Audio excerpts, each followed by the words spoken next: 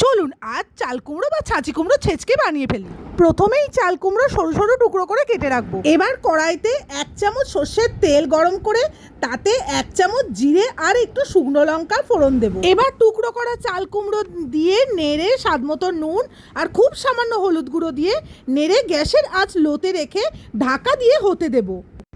মাঝে একবার ঢাকা খুলে নেড়ে দেব।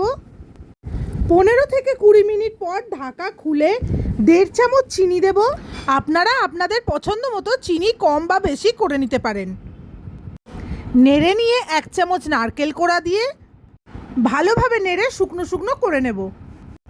দেখতেই পাচ্ছেন একদম জল শুকিয়ে শুকনো হয়ে গেছে। এবার উপর থেকে নারকেল কোড়া ছড়িয়ে পরিবেশন করে নিন।